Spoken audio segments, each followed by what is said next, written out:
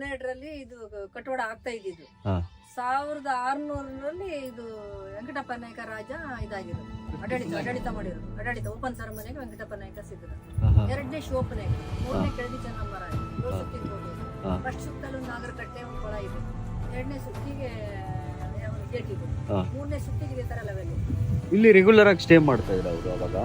ಇಲ್ಲೇ ಅವ್ರು ಅರಮನೆ ಇದೆ, ಅರಮನೆ ಇದೆ, ರಾಜರ ಅರಮನೆ ಇದೆ, ಸ್ವಿಮ್ಮಿಂಗ್ ಪೂಲ್ ಇದೆ, ಎರಡು ಟೆಂಪಲ್ ಇದೆ, ಒಂದು ಕಾಶಿ ವಿಶ್ವನಾಥ ಟೆಂಪಲ್ ಇದೆ, ಒಂದು ಲಕ್ಷ್ಮೀನಾರಾಯಣ ಟೆಂಪಲ್ ಇದೆ, ಲಾಸ್ಟ್ ಇದಿದೆ ಕಲ್ಯಾಣಿ, ಮತ್ತೆ ಅರಮನೆ ಬಿದ್ದೋಗಿದೆ. ಅದು 7 ಸುತ್ತಿನ ಕೋಟೆ.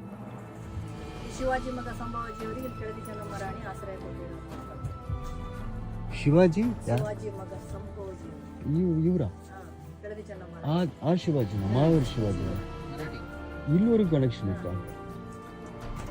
ಅವಾಗ ಸಂಭಾಜಿನ ಮದುವೆ ಮಾಡಬೇಕು ಅಂತ ತೀರ್ಮಾನ ಮಾಡಿದ್ರು.